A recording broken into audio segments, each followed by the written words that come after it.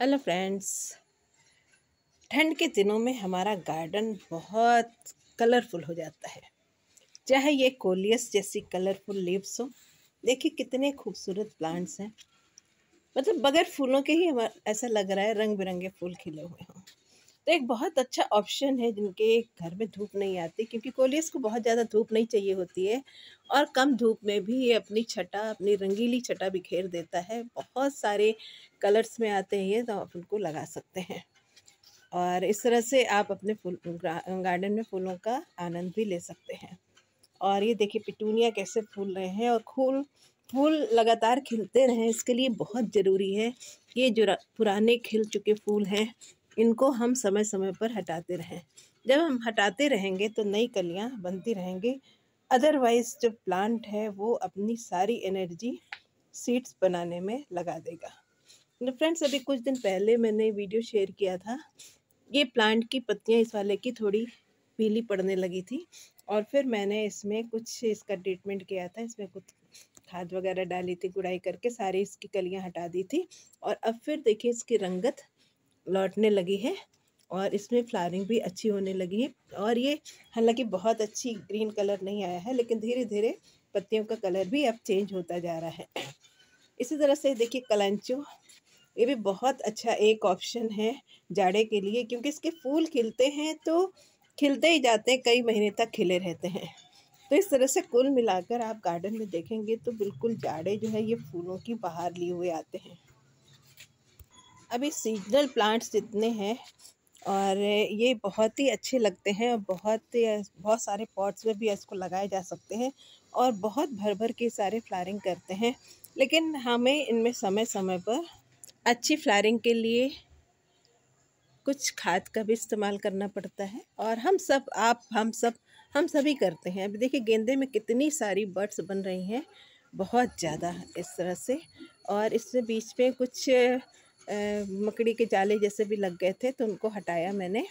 उनके लिए भी कुछ बायो एंजाइम वगैरह का छिड़काव किया था ताकि कोई इंसेक्ट वगैरह इस पर अटैक ना कर सके।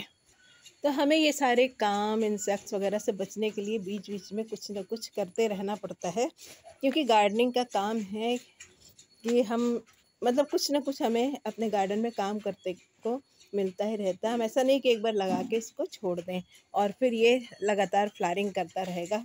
पानी वगैरह तो हम देते ही देते हैं, लेकिन और भी बहुत कुछ इसमें करना है। अब देखिए गुलाब हमारे, ये 4 गुलाब बहुत इनसे खिले हुए हैं। अब ये सफ़ेद भी पड़ने लगे हैं। अब इसको अभी मुझे कटिंग करनी है और फिर अब इसमें और अच्छे नए शूट्स भी निकल रहे हैं, तो हमें इसमें कुछ खाद भी डालनी पड़ती है और वो हम डालेंगे और इस तरह से लगातार इसमें फ्लावरिंग होती रहेगी। हमारे प्लांट्स हेल्दी रहें, खूब फ्लावरिंग करते रहें, तो इसके लिए हम एक और बहुत अच्छा सा काम खाद के अलावा करते हैं। बायो एंजाइम अपने प्लांट्स पे छिड़कते रहते हैं ताकि हमारे प्लांट जो हैं वो हेल्दी बने रहे। एक तरह से आप कह सकते हैं जो बायो एंजाइम होते हैं ये हमारे प्लांट को, इसकी इम्यूनिटी को बूस्ट करते हैं, जिससे प्लांट में जल्दी कोई रोग नहीं लगता है। अब ये तो कोई गारंटी नहीं ले सकता कि बिल्कुल नहीं लगता, लेकिन ऐसा नहीं हो सकता कि बिल्कुल ही ना लगे। लेकिन ये है कि जैसे हमारी ये इम्यूनिटी बढ़ी रहती है तो हमें रोग कम होते हैं, तो उसी तरह से प्लांट की इम्यूनिटी भी अगर बढ़ी रहेगी तो इसमें कीट पतंगों का और कोई बीमारी का अटैक थोड़ा कम होता है। तो आज मैं इसमें बायो एंजाइम ही डालने जा रही हूँ, उसी के बारे में शेयर करूँगी। वैसे तो बहुत सारे बायो एंजाइम मैंने बना रखे हैं और बदल बदल के छिड़काव करती रहती हूँ, कभी कुछ कभी कुछ, कभी इंसेक्ट्स वाला और कभी अभी देखिए ये मेरा ये बायो एंजाइम मैंने बनाया था, ये बनाना पील का बनाया था मैंने, केले के छिलकों का। और आप सबको पता है केले के छिलके का उपयोग हम करते हैं अपने गार्डन में अच्छी फ्लावरिंग के लिए। इस समय फ्लावरिंग का सीज़न है तो आज मैं इसका ही उपयोग करूँगी बायो एंजाइम का अपने प्लांट्स में छिड़कने का। तो एक ऐसी बॉटल, स्प्रे बॉटल सबके पास होगी।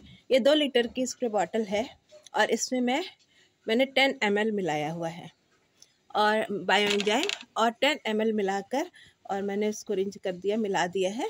और बस इसको ही सारे प्लांट्स पर, किसी भी तरह के प्लांट्स हो उस पर छिड़काव हम इसका करेंगे।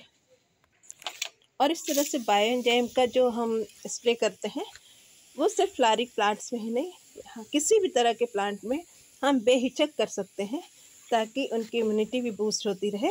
और साथ के साथ अगर फ्लावरिंग प्लांट्स हैं तो उसमें फ्लावरिंग भी अच्छी होती रहे।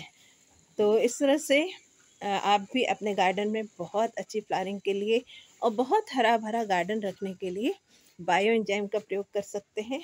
बायो एंजाइम कैसे बनता है ये मेरे चैनल पे पड़ा हुआ है। आप किसी भी चीज़ का बायो एंजाइम बना सकते हैं। कुछ उसमें आप किसी भी चीज़ की किसी भी छिलके का, इवन राइस का भी बना सकते हैं, लहसुन प्याज का भी बना सकते हैं, जो कि इंसेक्ट नहीं अट्रैक्ट होते, उससे हमारे पौधों को बचाता है।